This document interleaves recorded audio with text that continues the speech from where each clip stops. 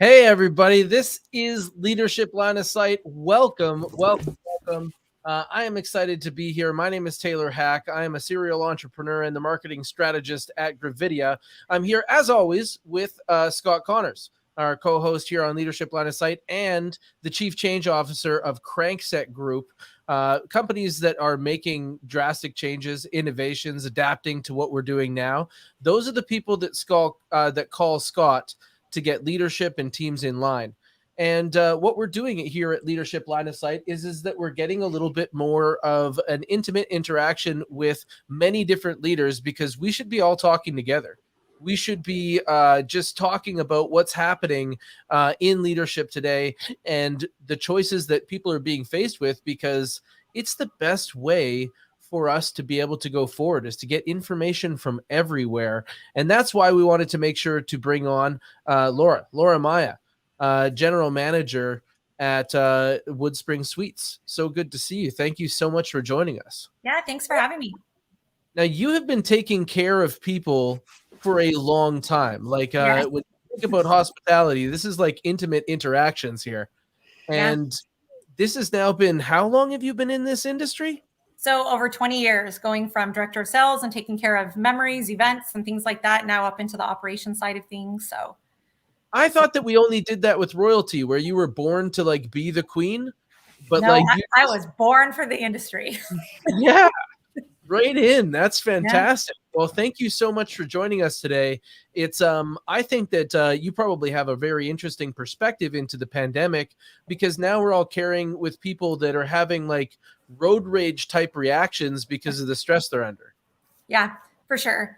I mean, it's definitely been a change in the industry. Mid pandemic, I switched from what we call transient hotels, which is your nightly stays, into extended stays. So during the pandemic, I kind of got both sides of that, what the day-to-day corporate travel looks for versus the extended stay. And definitely it has affected everyone's moods, their operations, the way they treat others, just to their demands, what they don't need, what they do need. I feel like nowadays people are just looking for human interaction. So travel has changed. It's more about the people and the conversation than it is even about where they're staying. I think people are just so eager to share their own experiences and talk about their own lives and have somebody listen than it is about anything else at this point. I couldn't agree more. Yeah, I think you're right. I think that we've stepped into the screen world for too long. Yeah. And now we need to step out. And it's that personal connectivity. And you're right. Laura, you do have a very interesting line of sight from a leadership perspective. Hotel general managers really fight a forefront battle. We battle our internals. We battle our food and beverage. We battle our externals. We battle our brand. Yeah. And we battle them all simultaneously, right? Concurrently in real time. I've always thought a reality TV show and following a general manager of a hotel around would be would get high viewership, right? Tell me more about tell me more about that. When you say personal interaction, how do you engage the staff in communicating to be more personal, more available, in a personal connection? Because we've got the plexiglass between them now, and you want to say hi, how are you, but you don't want to be too close. So how have you kind of changed the communications to your staff so that they can improve their communications to your guests? I think that, if anything positive did come out of the pandemic, it's people learned to have to smile through the mask with their voice, their eyes, eye contact, asking questions. The one positive is I think people learn to talk to people again, because you can't read people's, facial expressions. And, with our staff, we built a family and that, carried over to the guests. I always feel like if you treat your staff amazing, you're not going to have to tell them how to treat your guests. If they're happy, your guests are going to be happy. It's all going to pass down. So it's just a simple, when our guests would come home, or come back from work, instead of saying welcome back, it was always welcome home. It's anything that you can do to make them feel like you acknowledge them. It's always using their name. being the blessing of extended stay was being able to know, you get to talking, that they have wives and kids or husbands and kids. And, it's asking them, hey, how are your kids today? Or have you heard from your kids? How's your wife? It's just giving them that extra push so that they don't feel like they're still stuck in that. Oh, I just love that. Not welcome back, welcome home. There's just not enough of it right now. Everybody's nobody really knows where they belong. I think that's something that this pandemic did to everyone. I mean, we go to work and we know what our job is, but do we go to work and know how we belong in that industry anymore? That's right. You just don't know. So the only thing you can do really is just build that team and keep that internal family tight, and hope that it's seen and recognized by your guests or your customers or your management or your ownership, and keep it pushing. I mean, you have to at least enjoy going to work. You'd mentioned there great words. I hope people listening really heard that. But you also, you said so many valuable things. But one of the things you just said was treat your staff amazing, treat your people amazing, create a family. Yeah. What are some of the things that you do to make that happen? I definitely spend time talking to them. I learn about my employees. They're not a paycheck. They're not just a name on a schedule. I can tell you the names of their kids. I know what days they need off for school functions or the first day of class or what grade they're in. I mean, it's just, building, a board at work that has everybody's birthday and celebrating each person individually when the day comes. I've been really blessed. I have a team that's been with me for 3 years. They came from one hotel with me to another. So we really understand the dynamic of working together and building a family. And I am just the operator. They really are the business. I mean, they are. I don't have a job without them.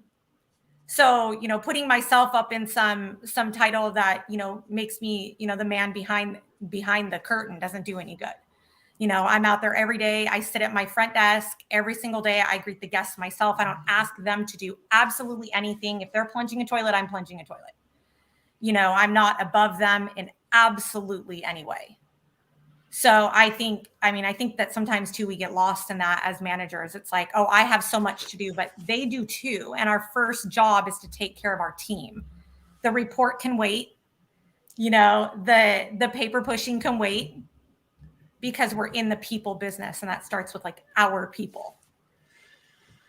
Well, I think, Taylor, we're done here, buddy, because we just found our leader of the year. I think this is the person we've been looking for. What do you think? That's fantastic. There's so much of what you unpacked there. I really think that great leaders do support their team, and then their team supports their clients. And by doing that, we end up being able to make decisions with information that's coming from the hands that are closest to the work. But that's actually what I've been most concerned about during this pandemic. So you were talking about what we joke in our office about smizing, like smiling with your what we tend to do is when we're meeting people, like I have a real estate team, and when our teammates are meeting people before they go into their home, they back up almost halfway across the yard when they open the door so that they can do so without a mask on and actually be able to then mask up and come in, but get that initial greeting done, because it's so powerful, right? Like imagine that when somebody just left your house, you wouldn't be able to pick them out of a lineup. Yeah, for sure. Right? So these are the things that they're putting a lot of pressure on us, and there's a lot of pressure out in the marketplace right now. And I think that there's a lot of people that it's almost like a retraining that needs to happen for the front line to start to diffuse conflict. Yeah, for sure. That's become it's just crazy now. I feel as though everybody's having road rage reactions. Yeah. Like I genuinely believe that the closest that we kind of come to death every day is when we travel by car. And that's why people are extreme, right? They look at everybody going slower than them like they're an idiot. Anybody going faster than them like they're a maniac. And here we are thinking that everyone around us is threats, because that's what we're shown with this pandemic. So when it comes down to hotels, I think people, when they travel, they're already at this heightened thing, like, did all my stuff come with me? So you guys are already in that area. What does it look like when you have to go next level to a place that's already sensitive to that? So I think it's a rough area to speak of, but I think like during the pandemic, the hotels took a big hit with, the homeless population. Mental health awareness would have been really good. I wish people were far more educated on mental health issues, especially in the public. Because oftentimes, everybody's just looking for somewhere to be. Nobody wants to be on the street. What's the first thing you're going to do? You're going to find a place to go, usually a hotel, especially with county funding. And unfortunately, a lot of hotels took on housing situations to help curb the homeless population, but without any training on how to deal with the mental health situations that come with that. And so patience is everything. I mean, the one thing I think that I don't know why is so lost during the pandemic and why people are so quick to react, but we honestly have nothing but time right now. So for everybody to be pushy and in a hurry and quick to, flip out on people, and it's just so unnecessary. I mean, if one thing that we've learned is to sit down, breathe, and appreciate, and I feel like we've taken this time where we could have learned to better ourselves as individuals, and we've just become angry. We're so concerned about the loss of control and other people pulling the strings that we forget that we have to be in control of ourselves, our own behaviors, our own responses, the way we treat other people. We can't be angry when somebody treats us poorly when we're doing the same thing to someone else. I mean, it really starts with not worrying about, Joe down the street, and that he put the garbage can in the wrong spot. It's not my problem. My garbage can is in the right spot and I'm following the rules and I'm treating the garbage man correctly. It's Joe's not my problem, but I can wave at Joe and I might make his day. We get threatened on a daily basis in hotels right now. I mean, physically threatened. You don't get your way. You don't get the corner room. You're not near an entrance or by the elevator, or this is too loud, or, somebody slammed their room door at 2 a.m. All of a sudden the person at the front desk is, I'm going to beat you up, or, you suck, and it's just like, they're there to do a job. They didn't put the room by the elevator. They didn't, know that you were going to come in at 11 at night and want the corner room. So the person that came in at 5 got it. It's not their fault. I always try to remind myself, and I'm sure you guys do the same thing when you go in public, like that person is someone's child. That's someone's wife. That's someone's mother. That's someone's son. That's someone's husband. Would I want somebody to treat my son like that? Oh, no. No, I would not. One of the things that I think is very helpful in those instances where there is direct conflict and that next level, to use Taylor's words, is really and simply, first of all, I think eye contact, because there's no mask for the eyes yet. Yeah. Thankfully. I'm so sorry. Yeah. And really feel that empathy, to your point of, having empathy with folks. I love that. And you're absolutely dead on, but I'm sorry. Start with, I'm sorry.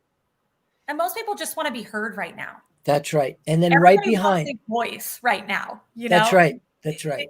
And everybody wants to make a decision for their life because everybody's feeling, I think that's probably a, consensus that most people would say, hey, I don't have a lot of control right now. Other people are pulling the strings for my life, my job, my home, my mortgage, everything, my kids Right. going to school, whatever it is. And so I think right now people are just at a point where they just want somebody to say, what is it that I can do for you? Yeah. Or what is it that would make your stay better? Or what would make your day better? Or is That's there right. anything in my control? Right. know? And so the first one, and that's how we greet guests for a mountain resort that's here in my hometown. We say, I'm sorry. And then the next thing that we say is, what would be the ideal outcome for you here? Perfect. And if it's a change of rooms in your case, well, then your people are empowered to change their room. And if it's a free night stay, put them on a list, because it's going to be a short list and they're only on it once, because they will be those bad actors. But set up systems to catch those bad actors, but don't shut down the valve entirely. If you feel the room should be comp the room, and we'll support you, and we'll figure it out with bookkeeping later. So if we empower our people, which you're doing, and we learn to say, I'm sorry, start with, I'm sorry. Because I'm sorry are the two words that really rarely get escalated from. For sure. Right. And so I love that you're sharing that with us today. Go ahead, Taylor. I'd like to get your thoughts. Yeah, what I'm hearing from both of you is that with the increased responsibility of conflict has to come with the increased empowerment to those people that are there at that moment, right? 100%. A couple of years ago, I got to spend some time with Chris Voss. He's the author of Never Split the Difference and the 25-year head of hostage negotiations for the FBI. And one of the things that he was very able to clearly demonstrate was that that party that's complaining, more than anything else, just needs to feel heard. So asking calm questions when you're being, like to the point where you're almost being attacked, like even Scott, you were just mentioning there, what would be your ideal outcome? That's a calm question. And then also being able to paraphrase back to them what they're saying to you so that they can clearly see that you understand. It was like diffusing the bomb. And these two moves almost need to be like the martial arts of the front line. And then as well, is there anything that they can give or feel that they have to back them up? They may not use that support like that comp of the night. They may not use that room upgrade, or they may have to tell that client when, like, hey, we'd really like you to get you to the corner room, but that looks like that'd be available to us on Thursday, not tonight. Yeah. These are the things that I think are going to be some of the big changes. And I think that this is going to be key to the Scott, you had brought this up this week. This was, I'm sorry, can you bring us through what you saw here? Yeah, Sanjay put out a great, great survey here. And how'd your job go during COVID? We heard so much about the job loss in the hospitality industry, in the food and beverage industry, in retail food and beverage, and pivoting to quick serve and delivery and Uber Eats. We heard so much about all the negatives, and there are a lot of them, and it's sad. But when you put this out on LinkedIn, you say, well, what happened during your job during COVID? 56% in Sanjay's survey came back and said he grew. And I think that that's really important for everyone to really appreciate about each other right now, is that I'm busier than I was, and so are you. I have more to do. And to Laura's point before about I'm busy, but the report can wait. My people are busy too, and I need to respect that. I think that there's a sense of entitlement when you're acting as a consumer. And we need to be more empathetic as consumers. When we're standing at that front desk, we need to understand that that person has been overwhelmed, that person has been overworked as well. So I think there's accountability on both sides of that front desk, because we've grown during the pandemic. And that was during the pandemic. Now we're in the post-pandemic moonshot. Now we're in that prosperity period that follows all Black Swan events. And Laura, just for those of you that don't know, the town that she's in houses a few small companies like the headquarters of Nike, yep, and the headquarters of Intel for the Pacific Northwest. And so she is dealing with a tremendous amount of traffic in an extended stay environment where guests are there for not just, not welcome back, welcome home. And so you're going to face and interact with that client, not in a 1-hour Zoom call, not in a 45-minute podcast, but for a month sometimes. Yeah. So there's a relationship there. And so empathy, relationship, and empowerment. A little bit of training, to Laura's point, and I think you got the secret sauce. I mean, I think it's going to be great. I mean, as we start to see everything come back, there's that double side to it. We do have, the negative side of that, but the other side of that is people are also just excited. So it is nice as the industry comes back to see kids traveling again with their parents. Yeah. And to see, it's just the simple things where before, people walk in the lobby, they've been traveling, they've been stuck in the car with their kids. Now they get to be in the car with their kids to travel. That's right. So it's such a different mindset. I mean, so to the benefit and the positive of that, all jokes aside, people like, oh, we've been, homeschooling our kids and they've been online and we've been stuck with them. No, you get to be now, right. You get to get out with them. And, so we are getting to see that a bit more and more, the excitement. It's nothing better than seeing families just getting excited again. Yeah. High school football games again. Gosh. Yes. Yeah. I mean, it's just all homecoming. Kids were just out doing homecoming again. And I mean, it's just like, it's starting to feel like we're on to something again, you know, whatever that's going to look like. I don't know, but at least we can start to see people smile a little bit. Where we're back on masks, as and where I relocated from was considered a red zone. So we actually stayed in phase 1 much longer than everybody else in Washington. And so it definitely took a drastic effect over there. It's once everybody was kind of running for the hills and getting out of there because there was no progress. Now everybody's running back. So, It's just nice to kind of see everything. Has the type of customers, the type of mix, you guys probably run at about 80 to 95% occupancy. Yeah. Extended stay, location being where it is, big corporate folks coming through, a lot of stress, usually trying to close big deals or get big orders or something attached to those big brand names. Has the mix of client changed a lot for you recently? Like, COVID being where it was and where it is now. Have you seen any recent significant changes in the customer mix? So pandemic, we saw a huge change, obviously. And I would not say for the positive. The moratorium, people think about this moratorium as having an effect, on landlords and, just property management companies as far as like apartments and housing. But what people don't really realize is the moratorium affected hotels as well. So because we were a housing option, we were considered part of that moratorium. So when guests came in and didn't pay, there was nothing we could do, which was insanely difficult on hotel management companies and ownerships. Who can stop paying the mortgage on a hotel? Right. And so we are starting, unfortunately, and I know it's such a negative way to do it, but with the lift of the moratorium and then removing hotels in the bridge in our area, we have been able to kind of flip the clientele back to a more positive environment. We're getting more corporate guests back, more families. And yeah, definitely things are starting to change. You don't talk about, we heard during the pandemic, that hotels were losing business and all of those. But what we don't talk about is what the owners really went through. We talk about it from an employee standpoint, but think about the investors. I mean, Taylor, you get this too as real estate, but these owners and investors who, that's their job too. That's how they feed their families, and people are coming in and the moratoriums hit and they're damaging the properties and their wear and tear. And it's hard enough to find employees and pay for employees, but they're coming in and constantly having to fix everything. And people are, when you don't pay for something, you don't treat it the same, right? What you're saying is that the people that own these places aren't faceless corporations. These are like, I don't know if I believe you.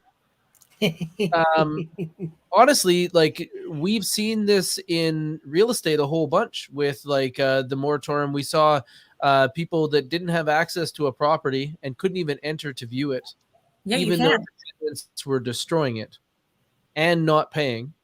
And there was no way for them to get out of that position. They couldn't evict them. They couldn't do anything. And that doesn't change the requirement for the payments on that place. And so when you take a look at who the landlords are that make up real estate, there's the intentional landlords, right? These are people that are trying to do this as a business. And then there's also a whole bunch of accidental landlords. There's people that had to move from one place to another, and maybe the market wasn't what they wanted it to be when they moved, so they ended up keeping two. And that group is the group that are being damaged. The people that they just don't see that. They see, like, we do want to make sure that everyone has shelter. That's why we do real estate. We want to have people have remarkable experiences related to something so core to them, like shelter. But when you take a look at like who will go without shelter, those people that worked hard to get into that position, they're at risk. Yeah, no, I know that our owners, we have great owners, but I can't imagine being in that situation. I mean, I'm on the operator side of it, and how owners in general, they hire us to do a job that our hands were so tied we couldn't even do half of the time to protect their investments, and they're losing. every time that they, we opened. So my property in Eastern Washington, we actually opened mid-pandemic. So we pushed the open, and, you open to just craziness. You think you're going to gain this clientele right off the bat, but you're in the pandemic and it goes live online, and all of a sudden everybody's booking, and then they're refusing to leave, and damaging rooms, causing the issue. So you expect this strong open on this property, and all of a sudden you're like, wait, we're open, we have guests, but they don't have to pay me. Yeah, it doesn't feel like you opened a hotel at that point, right? No, I mean, we fared well. So the WoodSprings as a brand, we fared well. We took 72% average occupancy through the pandemic.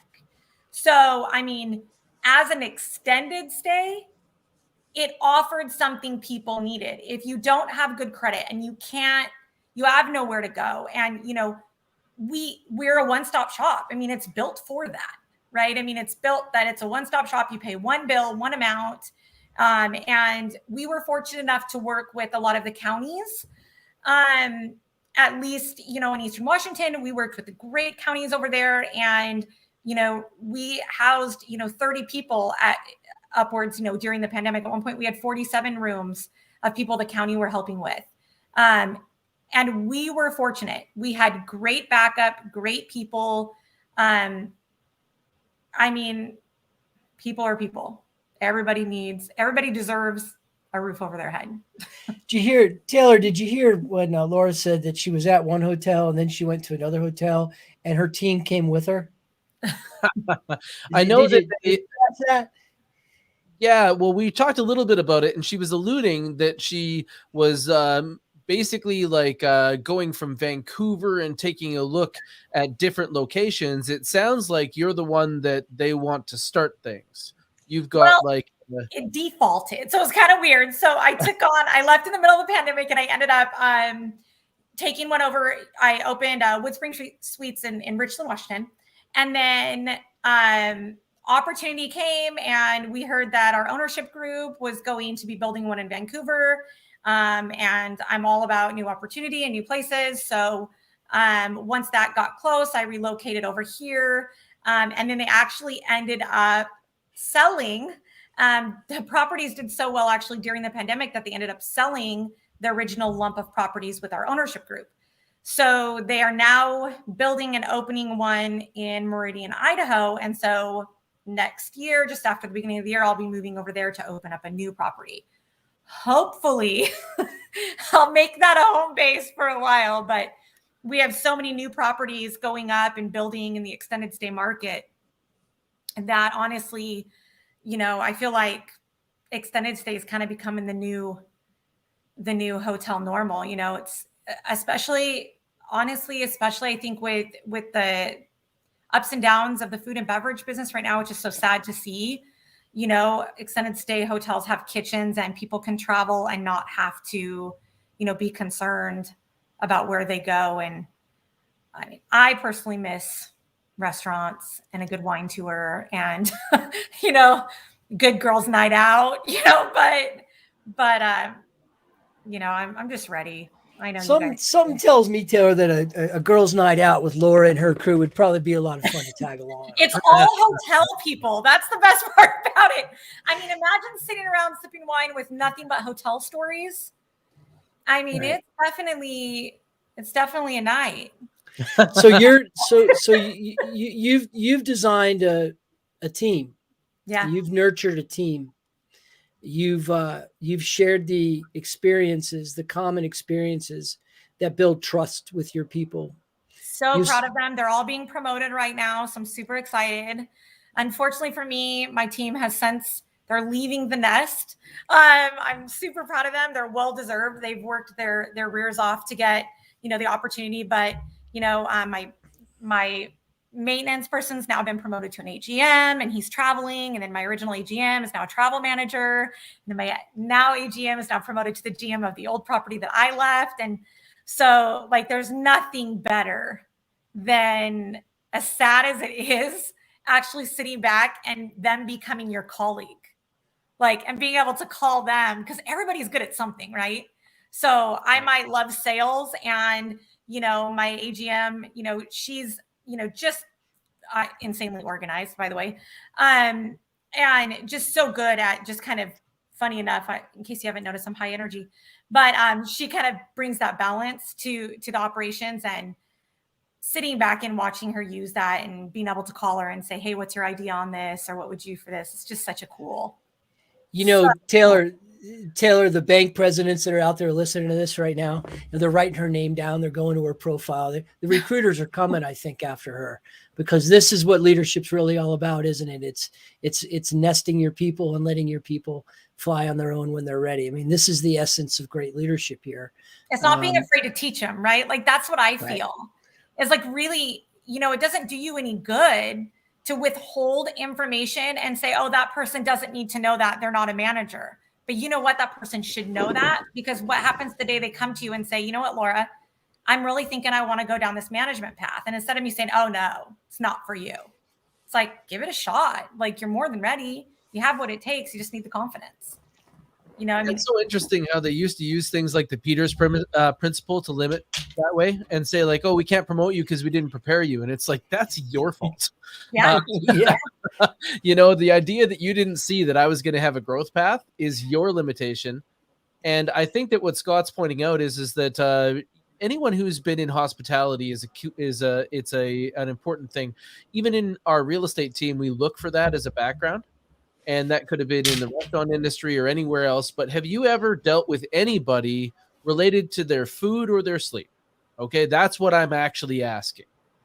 And if you can repeatedly take care of people in that situation, that's a good thing. Now, the other thing is that ability to create those growth paths that you are. If we're going to say that the leaders of tomorrow are approaching their staff like they're startups, I want to meet you, I want to develop you, and let's just see how this goes. Then isn't someone who knows how to take care of people and understands those levels of growth, like that's an incredible value as a leader. So I really appreciate you kind of sharing that.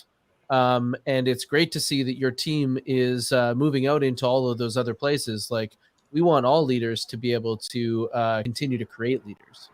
Yeah, there's enough space for all of us. I mean, like, the thing is, especially right now, especially right now. And I mean, it's all positive. Who doesn't want to grow and who shouldn't right now? What'd be fun? It'd be fun, Taylor, is to bring Laura back on a future show and have her bring one or two of her teammates with her. Oh, yeah. They're the AGs. You do that TikTok thing where, like, who's better at this and who's better at this? No, we wouldn't TikTok it at all. We wouldn't. We'd be like, what was it like to nurture, and what was it like to nest, and what was it like to nurture? We could have I think that'd be a fun show. What do you think? Oh gosh. I think that it's super cool because I have some really neat controls here, and I can determine like things like who can use their mic. That could turn really interesting. You know what? It would be fun. I mean, I ask him all the time. My AGM, who's now becoming a general manager, she's hilarious. Like, she used to tell me all the time, she's like, stop talking. You're giving me too much information. I'm like, no, when someday it'll click, it'll make sense. And this will all mean something to you. And now that we're not on property together, she called me the other day and she had me laughing. And she's like, I kind of miss all that. You know how I used to tell you stop? Now I miss it. Like, well, see, I told you someday you were going to miss me talking in your ear, but. And that's really it right there. I think that's the essence in your leadership style is you're building them for their tomorrows. You're getting them ready, whether they're ready or not, for their ability to meet their moments. And you're not looking at your leadership line of sight through your eyes and how your property is performing. You're looking at it through their eyes and asking the questions, how do you think we're doing? Well, it's getting them, they have to understand it. Like, we keep a board, at work and things that other people, necessarily look at and go, I don't really care what ADR means. Right.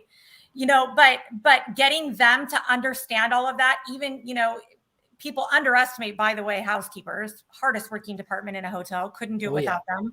Right. Way underrated. And what they've been through during the pandemic is just absolutely insane. But kudos to every one of them. They deserve big raises.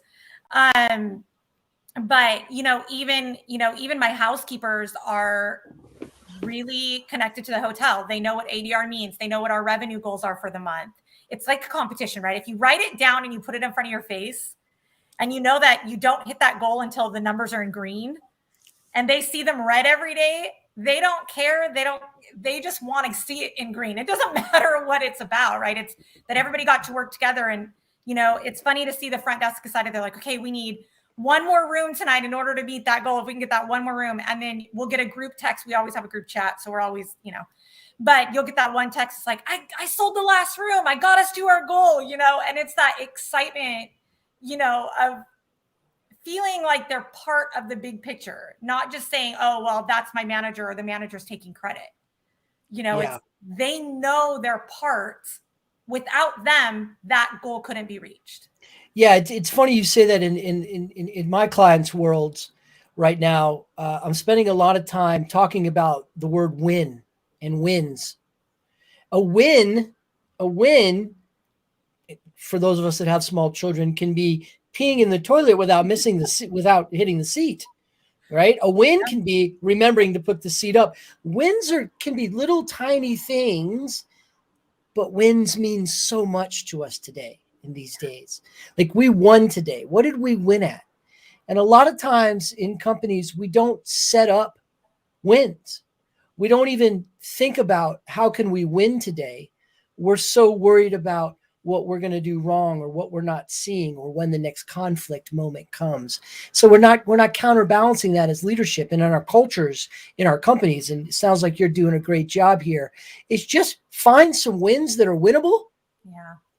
Right. And cherish them together. And some of the fact that housekeeping didn't, and you are right, highly underrated intellectual people.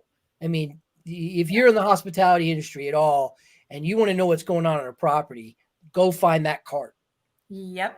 And if you can get them talking, which usually works if you steal a bottle of soap and run down the hall and scream, I got your soap. If you can get them talking, brilliant minds. I completely agree. And they've been through so much. There should be National Housekeepers Day. I totally believe that. But to your point, it's about the wins, isn't it? It's about setting them up to be successful, regardless of how small those successes are. See, these are the steps. Like, I think that what happened during COVID is so many people became reactive. The world was coming in on them that now they're in this position where a lot of people, they kind of feel disconnected. They're not sure, just like what you pointed to earlier, Laura, is like, where do they fit? And the reason is because they are not in motion anymore, so they can totally be affected by countervailing forces. We know that Newton says that any object in motion will stay in motion provided it can resist countervailing forces. And when we stop goal setting, we lose momentum. So what I've found is that if we want to set goals, we also have to find those little wins. And I use this, there's a book called Traction by Gino Wickman. And in there, they use an operating system called the Entrepreneurial Operating System. It's almost like an operating system for your phone. And in there, they have these level 10 meetings that talk about, that start with wins, and they run through the whole thing. I know so many small entrepreneurs are looking for tools like this where they can kind of get grips on these elements. And they also turn into scorecards that match what you're talking about, so that your housekeepers could know things like your revenue goals. Because then the team can have wins together. And I remember leveling up my business and having these things start to include. And then I also have my own like personality in there because I'm a race fanatic. So when my teammates are reporting in, they can be off track, they can be on track. And that's the green for us. But one thing that I included was a purple. And when you run a purple lap in racing, that means that you're the fastest person on the track. So we call that top track. And that means that they're equal or higher to next week's goals. That's awesome. Yeah, it's been a huge improvement, and it kind of felt like the first time in my business where when I yelled stroke, everybody rode in the same direction at the same beat. I mean, I think people are more visual than I think given credit for, right? Like we talk at people a lot, but it's almost more powerful to see it. And, nobody wants to wait for 2 weeks to get their paycheck to see that they worked. It's just those daily things that keep them excited about it. Or I mean, the spin the wheel is a fun one when they get an online review and their name is mentioned, they spin the wheel and they get the prize on the wheel, and, we're adults and, it's like, we don't care about the Cracker Jack prize, but we do. We do. We're in a world where we want to win. Like, it doesn't matter if we won a sucker. Like, we just want to win. I mean, I totally agree. We do contests and for the real estate team in the past, we've done things like saving the Ryans as opposed to Saving Private Ryan. And we're like dedicated to making enough connections with families that needed to move during the pandemic to save them from a 3-star experience with someone else. And these things result in novelty prizes. But people are so stoked. Like the things that they claim, they're so personal because often we do things like business related tech is really popular. Like somebody will end up with AirPod Pros. But it's also like a badge that goes along with it. Yeah, for sure. And part of it is giving gifts. Like that goes back to like knowing your people, right? If they win a gift card, don't ask them where they want it to. Go out and get it to the places, if you see them drinking a Starbucks every day, show them that you know them. If you know that they talk about taking their kids to the zoo, get them a gift card to the zoo. Like, so powerful. I mean, it's so much more than just having them pick something generic, right? It's those little things. I have a housekeeper that dies over hot wings. So it's like every time, she wins something, it's like, just get her a gift card to Wild Wings. Like, because I love it. The thing. This is what they say when they mean what they mean when they say it's a thought that counts. But I think another way to look at this is, do you ever notice that people that ask how to help you are normally the least able to help you? Like when you go to your doctor, they don't ask how to help you. They're not like, so what type of medicine do you like? Right? Instead, they know how to help you because they're like, okay, here's what I need to check. And if I'm asking you to how to help you, that disqualifies me from helping you. Yeah, true. I guess I never thought about it like that. Yeah. And you really know how to help your people because you know them enough. And how could you ever help anybody without knowing them? Like that's the worst thing, to tell somebody about a solution before they tell you about their problem. Well, I think to add to that, how can you ask somebody or inspire somebody to move towards a particular place, goal, target, whatever it is, if you don't know them? Yeah. You don't know what motivates them. You don't know what their passions are. You don't know what compassion feels like from them and what it feels like when they receive it.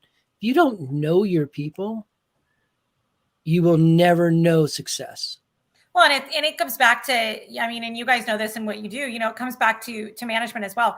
Don't tell your team this is the goal, but then not recognize that you need to teach them what they need to know to get there. That's setting them up for failure. And that doesn't feel good, right? Like when your boss, or not everybody, like I always tell my team, I don't care if you think it's a dumb question, ask it, because somebody might not be confident enough to ask that. And your answer might be educating for them. Not everybody's comfortable asking questions or saying, I don't know. I don't know is really powerful. People think it's a negative thing, but really when I hear I don't know, it means I want to learn, or I need to know, or please teach me. It's a question, not a statement, but we live in a time where people are afraid to not know. They're afraid to be a weak link, and it doesn't. I mean, wanting to learn is serious strength. Not asking questions, that's the problem. Not knowing is the only way you're going to move forward. If we all knew it all, then, I mean, well, we all think we know it all. I mean, I think I know it all sometimes. But my bosses frequently remind me I need to slow down. I do want to know what you see, though. I want to know, so let's cast forward. Scott, how forward do you want to go when we say, looking forward? So you're seeing some trends that you're talking about, like extended stay, right? You're also talking about trends in leadership of, a deep understanding of the people that you're working with in a team. And you're probably about to start a new team, given that your old team has kind of been promoted, right?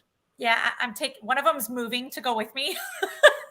So one of them decided that he's going to go ahead and be my AGM over there. And he picked up from Redmond, Washington. He's relocating now to Meridian to be the AGM. So that's kind of fun. At least I get, they get some of that family back there. But yeah. I think as we look forward into leadership trends, I think the hospitality industry is going to be a place where we take their lessons and what the pandemic did to accelerate that industry. I think if you look at the new brands that are spinning up, Laura, I think you're probably as impressed as I am with the number of new brands across price category, across destination versus non-destination and transient. I think the recent history of the hospitality industry is an inception point for a lot of leadership training and leadership development experiences, and you lived it. And so I would ask you, if you were speaking to the entire hotel industry at the IFC, the IHC conference, I think it's in Atlanta this year. I might be wrong. I actually don't know. I thought it was maybe that was 2 years. Everything's so blurry, as we know. Anyway, Right. what would you say to them? You're standing on that stage. They're all out there, and you've been through it. You built one, sold it, transferred ownership to new, 3 locations, 3 years, team up. Great job. Out, building the brand on the expansion horizon now. Leadership and ownership, your boss is telling you slow down. You're looking at your boss going, no, as all great leaders should do when their bosses tell them to slow down. It's my pace, not yours. Get out of the way, please. Thank you. Go play golf, as I like to tell them. The good leaders, go tell your boss to go play golf. Champion. But what do you think? What do you think lies ahead for these hospitality industry people? And what would you tell them to get them ready for what's going to be a very, very busy 2022? I think just hold on tight. I mean, really just appreciate your team, appreciate your management, appreciate your guests first and foremost. And remember, there was a time that we were begging for them. Remember how to treat them. Remember the fundamentals of hospitality. Go backwards. I think it sounds funny, but through technology, we kind of lost a lot of that in the hospitality. I think we need to remember that we are in the people industry. We are in a people industry, and there has been the last year where we're all begging for that. We're begging for people. And now's the time to really hit that reset. And we have an opportunity to bring the industry back to what it's meant to be about, and that's about not just the team, but, the guests. I mean, remember that we're all people just trying to make memories and make up for lost time, really. Remember that guest experience, it's not about the room. It's not about whether it has an amenity in the hotel. It's about providing an experience. That's the biggest thing. Yeah. So this is going to be interesting because basically right now, what you're saying to us is that you're about to assemble a team in Idaho. Yeah. And there's people in Idaho right now that have talent, and they're in a place where, maybe they kind of feel like this. Yeah. Right? Maybe they're one of that 24%, and you're in the hospitality industry in Idaho. Well, take this as fair warning. There's somebody here that is making the next AGM, that is making the next head of travel. And that could be, your ticket on an updraft shift. If you're feeling like you're stagnant, it could be that change is coming to you. Thank you so much for joining us today. We really appreciated talking about what you've been working on. It sounds like extended stay is a very interesting proposition, and that you probably represent an owners group that's finding incredible value there. Yeah. I think that you guys are definitely onto something, given how the world's changing. Yeah, for sure. I appreciate you guys giving me the opportunity to come on. It's always fun to get to talk to other people passionate about what they do. And, obviously I love to share. I love hospitality. So, and if you're in Boise and Meridian area, you guys need a job. We're hiring. Don't have to have experience. You just have to love people. Hire for attitude, train for skill. I guess it's the other way here. But anyway, definitely get in touch. This is live on LinkedIn, so they can definitely find you here. You and I were having conversations on LinkedIn as well. Is there anywhere else that they should look to find you? You like them to connect on LinkedIn? We're live right now on YouTube as well as Facebook. So they can find me. LinkedIn's obviously the best. It's the best place it's such a great area, to meet people. They can also, although I don't know if I can give a shout out to our website at the company that I work for. So if you go to hotelmc.net, you can choose the location. We're also hiring all over the place as we grow and the industry's coming back. So wherever you're at, get on there. It's HMC Hotel Management Consultants. And we are always looking for super great people. Website, it's right there. So you can go on and choose locations. Again, what was that URL? It's hotelmc.net. Perfect. And talk to them about perhaps getting to work with the legendary Laura Maya in Idaho coming soon here. My name is Taylor. I am a serial entrepreneur. I'm in real estate. I'm in marketing. And I'm here right now with Scott Connors, the Chief Change Officer at Crankset Group. If you're looking for ways to attract your next client instead of chase them, go to gravidia.com. And if you're looking to make changes that start at the top and ripple down in incredible ways, you're going to have to go over to Crankset Group and get in touch with Scott Connors. Thanks, everybody, for joining us today. I really appreciate it, and I hope that you have a remarkable week.